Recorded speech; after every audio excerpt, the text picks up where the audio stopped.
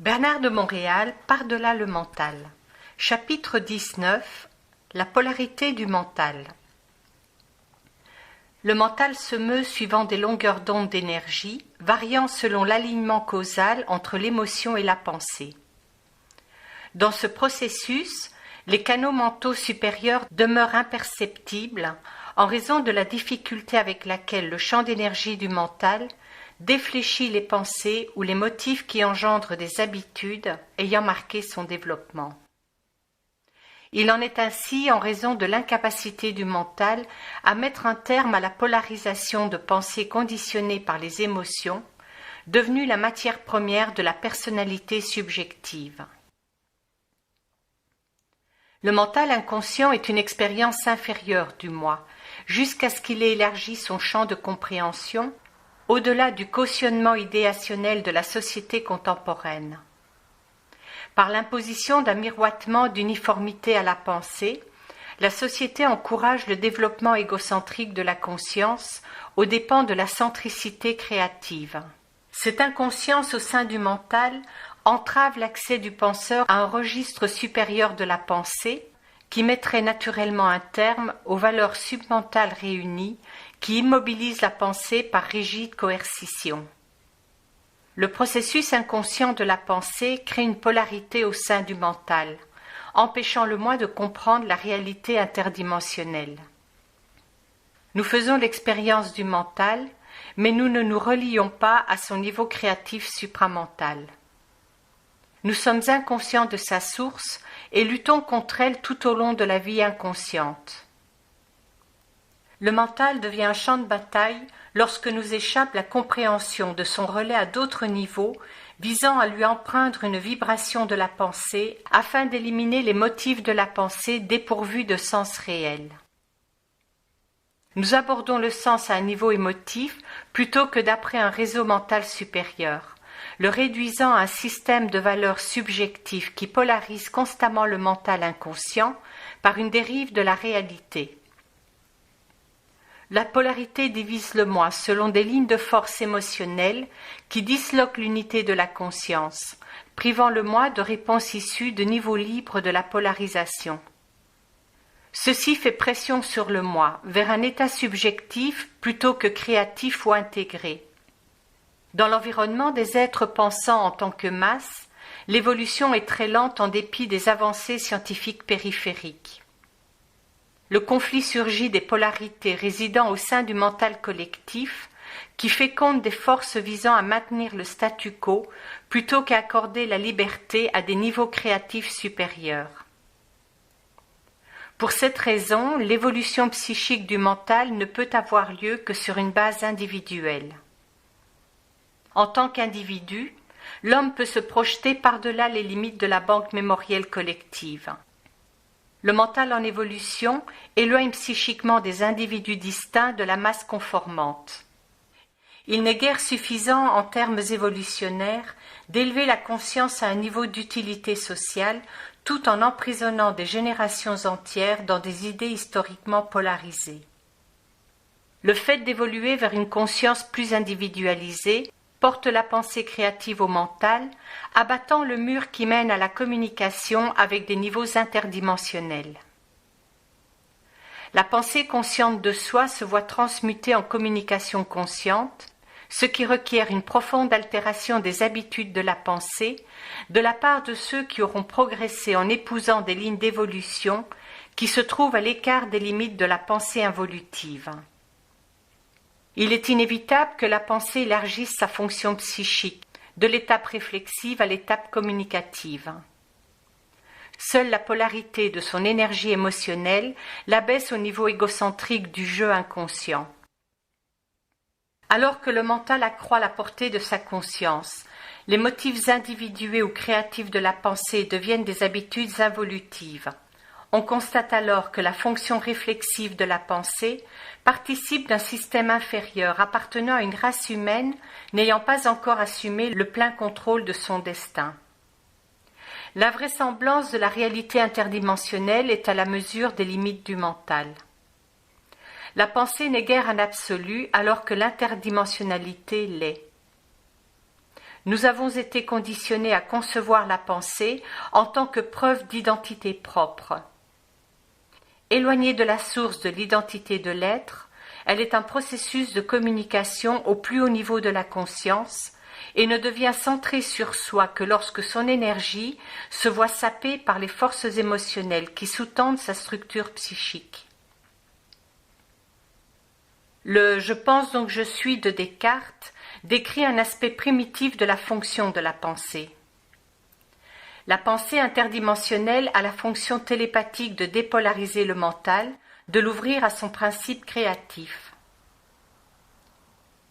La polarité est le résultat de l'attraction magnétique du mental inconscient à l'énergie émotionnelle qui confère à la pensée son sens subjectif.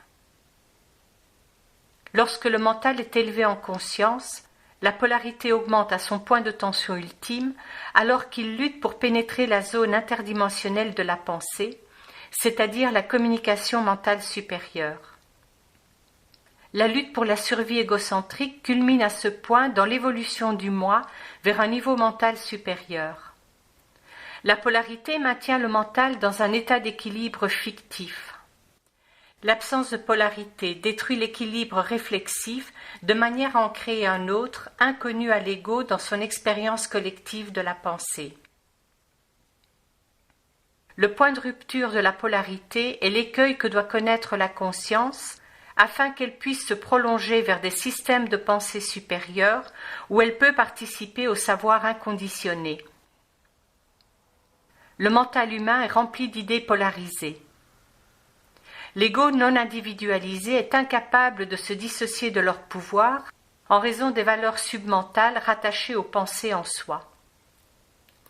Le mental individuel a son propre niveau de pensée qui, à son tour, coïncide avec un registre de pensée plus ou moins étendu et variant de culture en culture.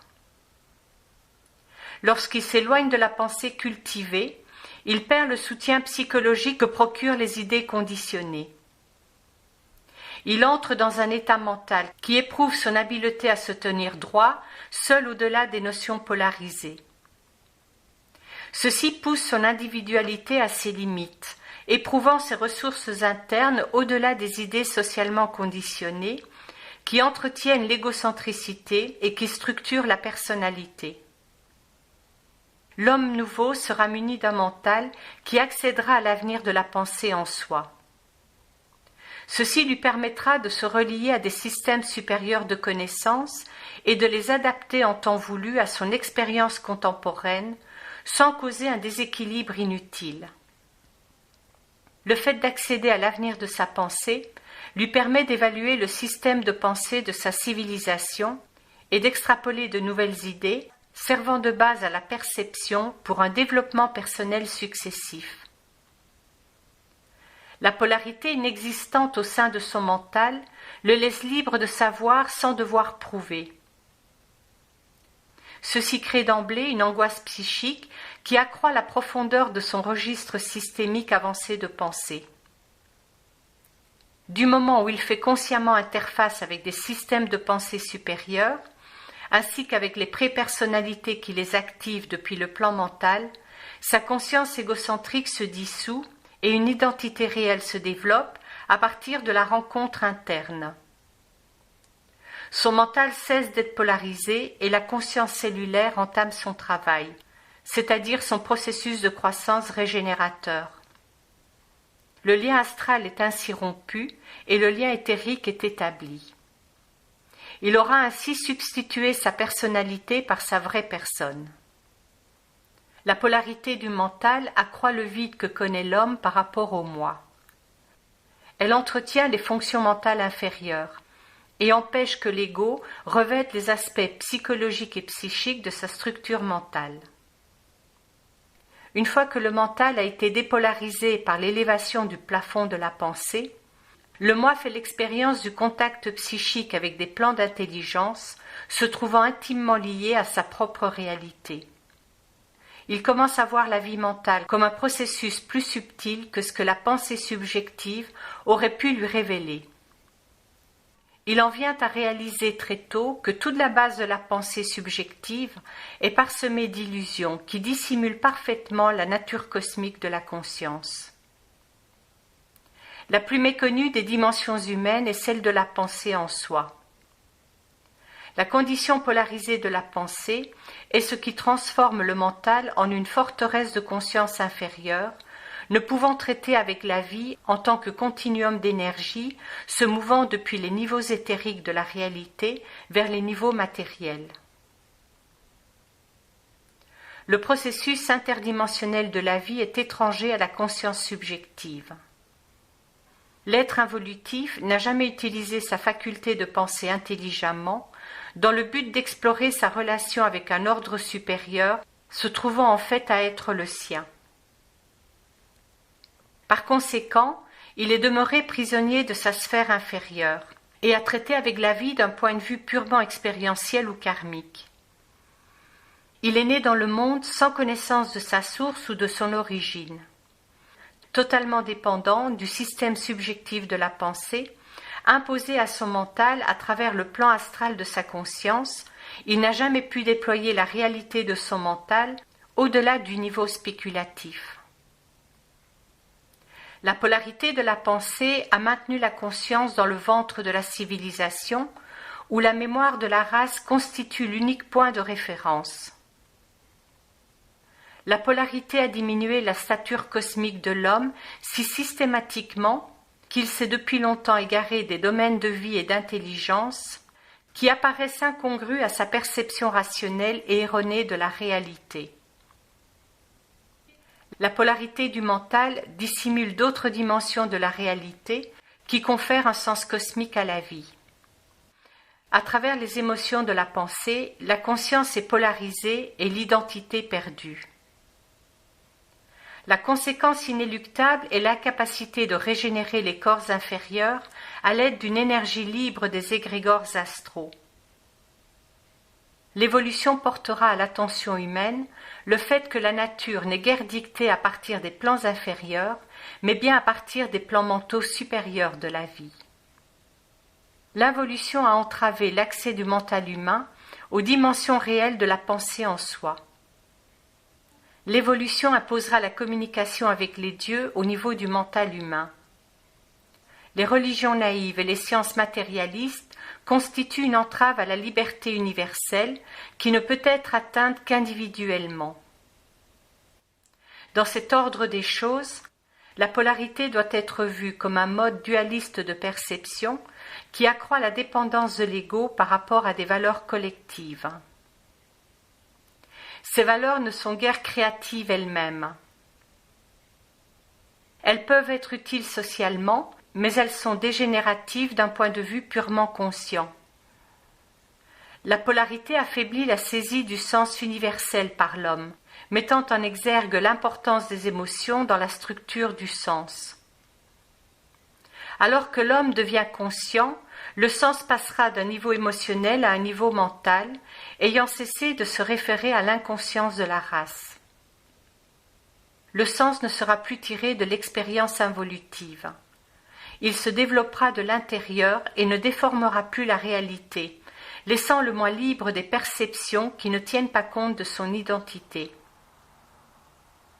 La polarité est une condition de la pensée qui réduit les aspects créatifs du mental individuel au niveau de la réactivité de la pensée de masse.